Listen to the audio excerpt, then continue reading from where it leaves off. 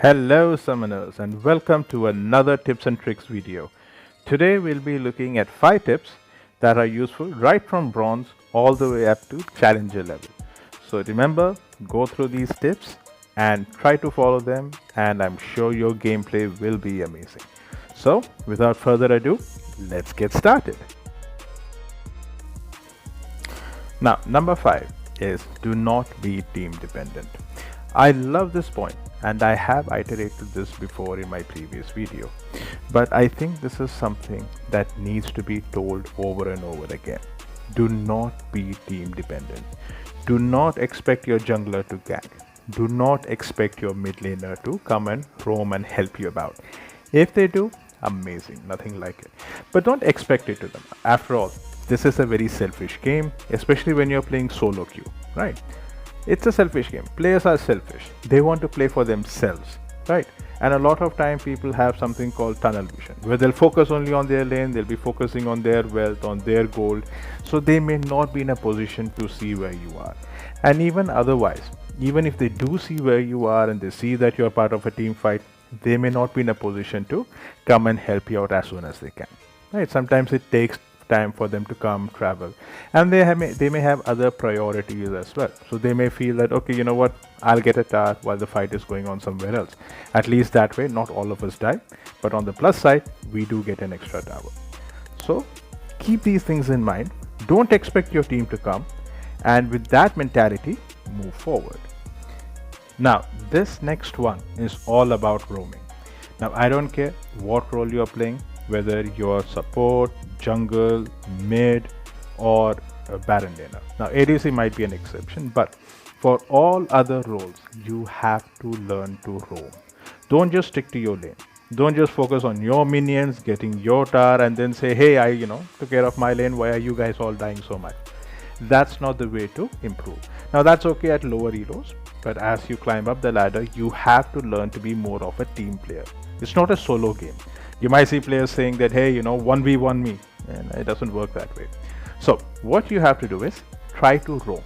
Now, when you roam, there are certain circumstances when roaming is better than others. For example, number 1, is your lane pushed? If the answer is yes, go ahead, help the others. Number 2, do you see the jungler about to pick a fight someplace where you can easily reach in the next few seconds? Then go there and help the jungler out. Number 3, do you see that your lane partner is recalling? Your opponent, is he recalling? If the answer is yes, then go ahead, try to help out the others. Number 4, do you see that there's a fight about to break out and you have teleport boots? If the answer is yes, then go ahead, teleport up to the team fight, help your team and support them out.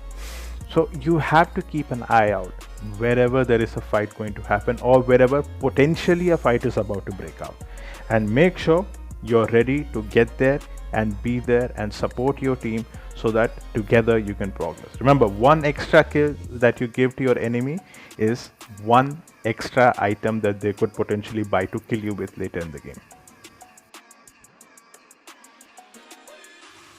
Now the next point is all about minimap utilization. You see that small minimap on the top left hand side of the screen? Yes, that's the one. Always play with one eye on the minimap, and it can help you do wonders.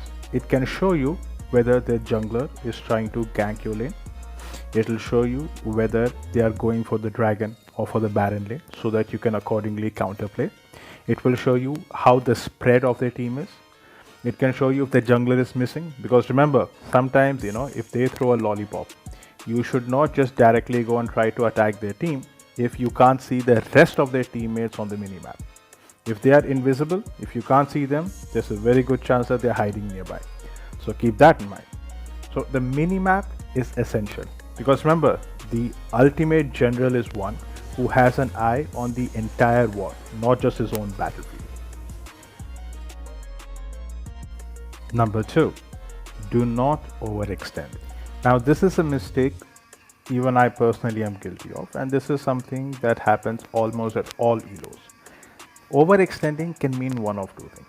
Either in your own lane while you're playing, you're above the halfway point, so that it becomes easier for their jungler to come and gank you. Or it could also mean that when everyone is farming in the middle of the game, you're alone someplace trying to maybe, let's say, push a tower. right? Or trying to gain some minion creeps. Do not overextend if you don't have vision around you. Their team can be lurking just around the corner. It's very easy for them to bush camp you. So if you do want to play, make sure either A, your teammates are nearby, or B, you have 100% vision or near 100% vision of the areas where you are trying to farm. The reason behind this is so that in case they do try to come and gank you, you'll be in a position to quickly escape, come back, or fall behind and allow your teammates to catch up and kill them all. The final point on our agenda is itemization. Do not go with default builds, right? Look at your team composition, look at the enemy composition, and accordingly pick items which you feel might be suitable in that particular scenario. Let's take an example.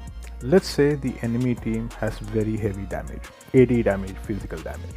So perhaps a good option would be to pick a nice defensive armor. Randuin's Omen is always a good choice if they have someone like Christiana, right, who has increasing attack speed or does a lot of crit. Similarly, if their team has champions who regenerate a lot, then Thornmail would be a good option, right? This is especially good against players like Mundo. If you want to provide a lot more CC, but you still have to go tanky, then in that case, something like Gauntlet, Iceborne Gauntlet would be a good option. On the other hand, if it's the enemy team that is tanky, and you want to find a way to deal damage, in that case, sometimes an armor penetration item would be really useful. Duskblade, for example, is really nice whenever you want to provide armor penetration in the early game because it does a flat damage. But if you look at something like Black Cleaver, this will be able to provide us damage late game because it does a percentage damage. That means the more armor the enemy team has, the more damage you'll be able to deal. If we look at boot enchantments, there are certain boot enchantments that are situational. If the enemy team has a Fizz, for example, or a Z, then perhaps a Stasis enchantment would be really nice, as you can freeze yourself in time. Similarly, if you're going to play a support, then a Locket enchantment or a Redemption is always a good choice so that you can provide a little bit of help to your team. Similarly, Glorious enchantment is really nice if you're playing someone like, let's say, a Garen who wants to run and catch up to an enemy. You have your Proto Belt, which is useful on champions like Lux. Thanks for watching. This is Summoner 5, and subscribe and like for more videos in the future. Cheers.